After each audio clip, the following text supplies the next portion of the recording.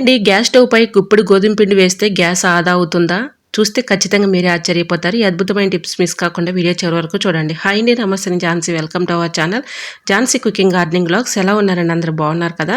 నేనైతే చాలా బాగున్నాను. మీరు కూడా చాలా చాలా బాగుండాలని మనస్ఫూర్తిగా కోరుకుంటున్నాను. ఈరోజు మీ అందరికీ యూజ్ అయ్యే అద్భుతమైన బ్రహ్మాండమైన కిచెన్ టిప్స్ అయితే మేము ముందుకు తీసుకొచ్చేసండి.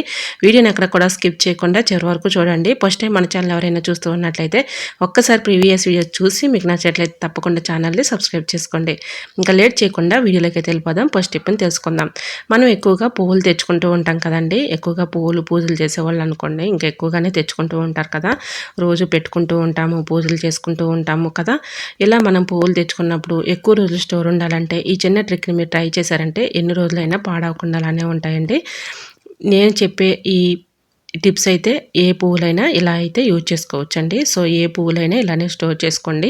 పాడైపోకుండా ఎక్కువ రోజులు స్టోర్ ఉంటాయి. మనం పువ్వులు ఎక్కువగా తెచ్చుకున్నప్పుడు ఎక్కువగా క్యారీ బ్యాగ్స్లో పెట్టేసి ఫ్రిడ్జ్లో పెడుతూ ఉంటాము. అది ఏమవుతుందంటే క్యారీ బ్యాగ్లో ఉండటం వల్ల లోపల గాలడక మనకి లోపల తేమ తగిలి అవన్నీ కూడా కుళ్ళిపోవటానికి అది అవకాశం అవుతుంది. కాబట్టి త్వరగా ఆ పాడైపోయి పువ్వులు అనేవి కుళ్ళిపోతూ ఉంటాయి. అలా కాకుండా ఈ చిన్న ట్రిక్ని మీరు ట్రై చేయండి. చాలా చక్కగా వర్క్ అవుతుంది. ఏదైనా ఒక బాక్స్ తీసుకొని దాని అడుగున టిష్యూ పేపర్ కానీ న్యూస్ పేపర్ కానీ ఏది అవైలబుల్గా ఉంటే అది వేసుకోండి. ఇలా ఈ విధంగా మీరు ఏ పువ్వులు అయితే స్టోర్ చేసుకుందాం అనుకుంటున్నారో ఆ పువ్వుల్ని ఈ విధంగా పెట్టేసుకొని మొత్తం నేను ఇక్కడైతే మల్లెపూలు అయితే స్టోర్ చేసుకుంటున్నానండి. ఈ విధంగా మల్లెపూలన్నీ వేసుకున్న తర్వాత దీనిపైన కొద్దిగా రైస్ వేయాలి. ఇలా రైస్ వేసేసుకొని పేపర్ని చిన్న చిన్న ముక్కలుగా కట్ చేసేసుకొని ఇలా పైన కూడా పెట్టేసుకొని ఇలా మూత పెట్టుకుని ఫ్రిడ్జ్లో పెట్టుకుంటే మనకి ఎన్ని రోజులైనా పాడవకుండా ఉంటాయండి. ఎందుకంటే మనం రైసు అలానే పేపర్ని చిన్న చిన్న ముక్కలుగా కట్ చేసి వేసాం కాబట్టి తేమని న్యూస్ పేపర్ అబ్జర్వ్ చేసుకుంటుంది కాబట్టి అలానే రైస్ కూడా మనకి పువ్వులు పాడవకుండా హెల్ప్ అవుతుంది. సో ఇవి రెండు కూడా వేసాం కాబట్టి మనకి ఎన్ని రోజులున్నా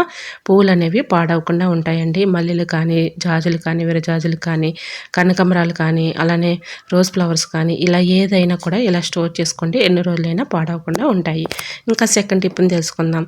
ఇలా మగవాళ్ళు ప్యాంట్స్ ఉంటాయి కదండి, వాళ్ళు బయటకు వెళ్ళి వచ్చేసి ఇలా ప్యాంట్స్, జీన్స్ ప్యాంట్స్ కానీ, మామూలు ప్యాంట్స్ కానీ ఇలాగా హ్యాంగర్కి తగిలించేస్తూ ఉంటారు. అలా చూడటానికి చాలా అసహ్యంగా కనిపిస్తూ ఉంటుంది. అలా కాకుండా ఇలా ప్యాంట్కి ఉన్నటువంటి బటన్ పెట్టేసి ఈ విధంగా హ్యాంగర్కి తగిలించామనుకోండి, చక్కగా ఫోల్డింగ్ అనేది ఈ విధంగా కరెక్ట్గా ఒక పక్కకు ఉంటుంది కాబట్టి మనకి ఎటువంటి ఇబ్బంది లేకుండా ఇలా అయితే చక్కగా తగిలించుకోవటానికి బాగుంటుంది. చూడటానికి కూడా చాలా నీట్గా ఉంటుందండి. ఈ విధంగా మనం ఫోల్డింగ్ చేసేసి ఇలా పెట్టేసుకున్నాం అనుకోండి, చూడటానికి చాలా నీట్గా ఉంటుంది. ఒక ఫోల్డింగ్ లాగా ఒకవైపు ఉంటాయి కాబట్టి చూడటానికి చాలా నీట్గా ఉంటుంది. ఇలా ప్యాంట్స్ కూడా మనకి నలిగిపోకుండా చక్కగా ఉంటాయి. ట్రై చేయండి. ఈ విధంగా బటన్ పెట్టేసి ఇలా పెట్టేసి తగిలించామనుకోండి, చూడటానికి చాలా నీట్గా ఉంటాయి. ఇలా ఎన్ని ప్యాంట్స్ అయినా తగిలించుకోవటానికి యూజ్ అవుతుంది. సో యూజ్ అవుతుంది అనుకుంటే తప్పకుండా ట్రై చేయండి. చాలా చక్కగా వర్క్ అవుతుంది. ఇలాంటి ప్యాంట్స్ మనం తీసుకొచ్చిన వెంటనే తగిలించారనుకోండి, ఇలా బటన్ పెట్టేసి చక్కగా ఇలా ఫోల్డింగ్ లాగా కరెక్ట్గా మనం మధ్యకి ఈ విధంగా తగిలించేసామనుకోండి, చూడటానికి చాలా బాగుంటుంది, నీట్గా ఉంటుంది. ట్రై చేయండి. ఇంకా థర్డ్ టిప్ని తెలుసుకుందాం. చిన్న పెద్ద వయసు తేడా లేకుండా ప్రతి ఒక్కరికి ఎక్కువగా గ్యాస్ ప్రాబ్లంతో బాధపడుతూ ఉంటున్నారు కదండి. గ్యాస్ ప్రాబ్లం తగ్గాలంటే ఈ చిన్న ట్రిక్ని మీరు ట్రై చేశారంటే చాలా చక్కగా వర్క్ అవుతుందన్నమాట. ఇంట్లో మనకి దొరికేటటువంటివేనండి. సో మనం బయటికి వెళ్ళి కొనుక్కోవాల్సిన పని కూడా లేదు. రూపాయి ఖర్చు లేకుండా ఇలా పడేసే వాటితోనే ఈజీగా గ్యాస్ ప్రాబ్లం అనేది తగ్గించుకోవచ్చు. ఇది అమ్మమ్మ వాళ్ళ చిట్కా అనమాట. వాళ్ళు పూర్వకాలం నుంచి ఇలానే చిట్కాని పాటిస్తున్నారు.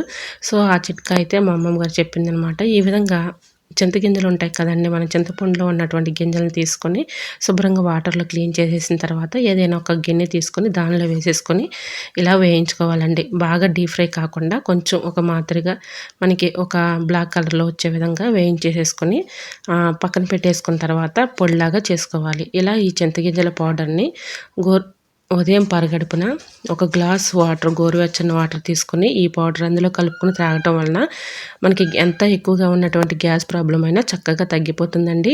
ఒక 1 అవర్ లోపలనే రిలీఫ్ అయిపోతుంది. ఇది మనకి ఉదయం పరగడుపున చేస్తే మంచి రిజల్ట్ అయితే ఉంటుంది.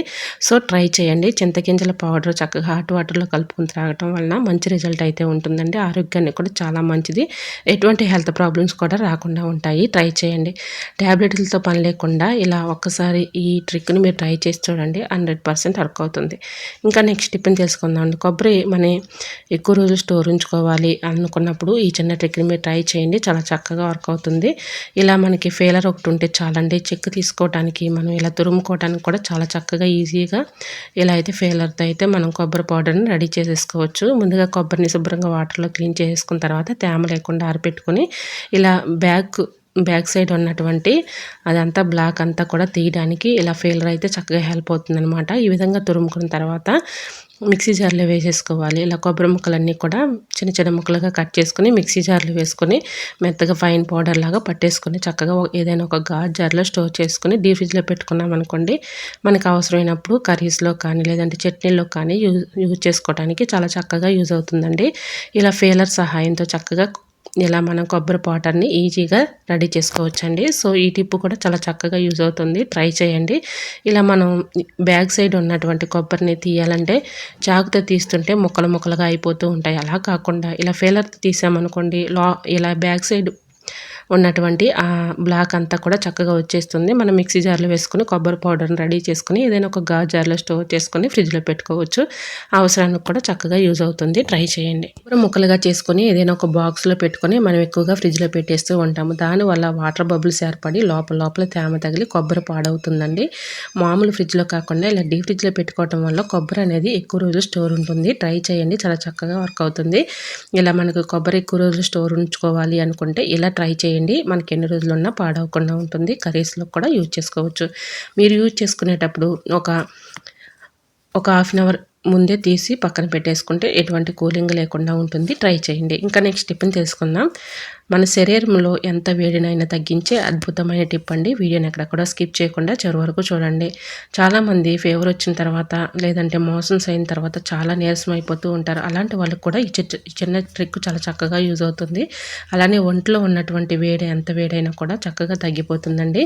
ఏం లేదండి, ఒక 1 అవర్ ముందు సగ్గుబియ్యం వాటర్‌లో నానబెట్టేసుకొని మామూలుగా ఎక్కువగా వాటర్ పోసేసి బాగా ఉడికించిన తర్వాత కొంచెం గోరువెచ్చలుగానే తాగుతూ ఉంటే మనకి శరీరంలో ఎంత వేడి ఉన్నా కూడా తగ్గిపోతుంది. ట్రై చేయండి. ఇంకా నెక్స్ట్ టిప్‌ని తెలుసుకుందామండి. మనం మార్నింగ్ లేచిన దగ్గర నుంచి మిక్సీలో ఏదో ఒకటి పడుతూ ఉంటాం కదా! ఇలా పట్టినప్పుడు మనకి తెలియని క్రిములు కానీ, డస్ట్ కానీ, బ్యాక్టీరియా కానీ ఫామ్ అవుతూ ఉంటుంది. ఇవన్నీ కూడా పోవాలి అంటే ఈ చిన్న ట్రిక్‌ని మీరు ట్రై చేయండి. చాలా చక్కగా వర్క్ అవుతుంది. ఎటువంటి కెమికల్స్ లేకుండా ఇలా మిక్సీని అయితే చక్కగా మనం ఈ విధంగా అయితే క్లీన్ చేసేసుకోవచ్చు. సో, దీనికి కావాల్సినటువంటివి ఏంటంటే ఏదైనా ఒక బౌల్ తీసుకొని దానిలో పేపర్‌ని చిన్న చిన్న ముక్కలుగా ఇలా చేసేసుకున్న తర్వాత దానిలో ఒక చిటికెడు పసుపు వేసుకోవాలండి. చిటికెడు పసుపు వేసుకోవటం వల్ల ఇలా మిక్సీ పైన ఎటువంటి క్రిములు ఉన్నా, బ్యాక్టీరియా ఉన్నా ఇవన్నీ కూడా తొలగిపోతుందనమాట.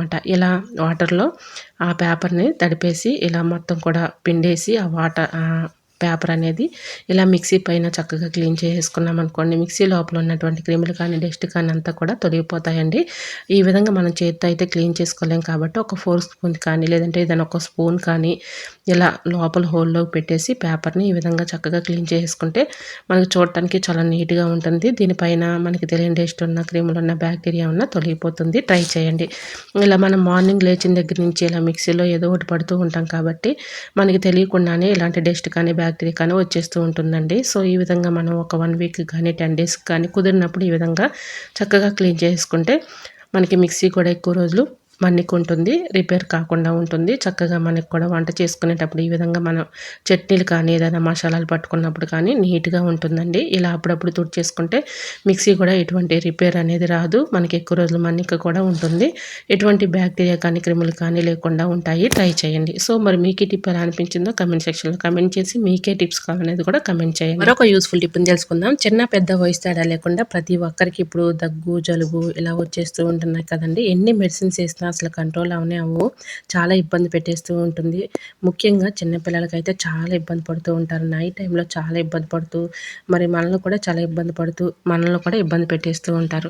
అలాంటి వాళ్ళకి ఈ చిన్న ట్రిక్ ట్రై చేయండి. చాలా చక్కగా వర్క్ అవుతుంది.